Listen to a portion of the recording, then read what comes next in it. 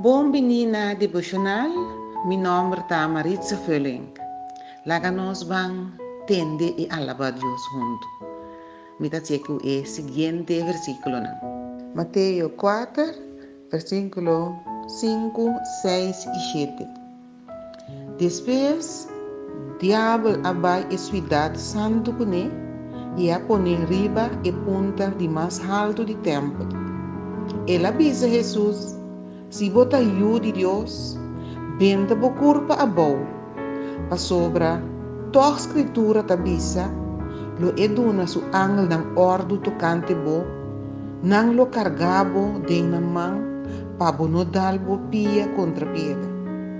Jesus a contesta, mas escritura tabisa também, no pone Senhor, bo Deus, na prueba. Mateus 4, versículo 5, 6 e 7. Aleluia, Tata Santo, danke. Me tabinde mo presença, oh Deus, de nome de Cristo Jesus. E te amavo, danke. Danke para tempo, danke para nossa igreja, camina nos trabalho para lavabo de espírito e verdade. Oh Senhor, proteja-nos que visitar o templo, proteja-nos que busca o cara, oh Senhor. Proteja-nos, Senhor. Danke, oh Senhor, que o perdona, angel ng ordo, para proteja-nos.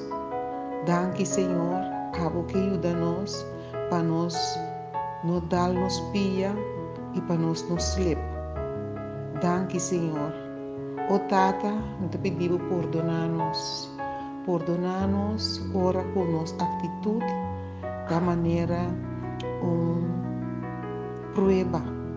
Maneira que nós te põe a Deus na prueba. Perdonar-me, Senhor.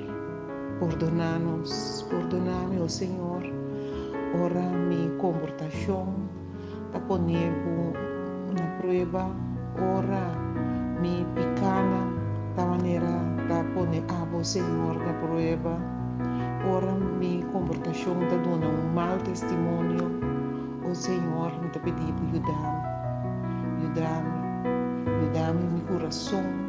Ora tem mal desejo em mi coração.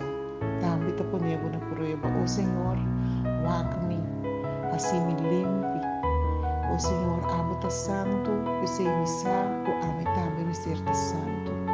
Ajuda-me, Tata, caminho de mistério. Ajuda-me. O Senhor, me te pedimos bendicionar-nos de verdade. Me te pedi de precioso nome de Cristo Jesus. De nome de Cristo Jesus me te pedi. Amém.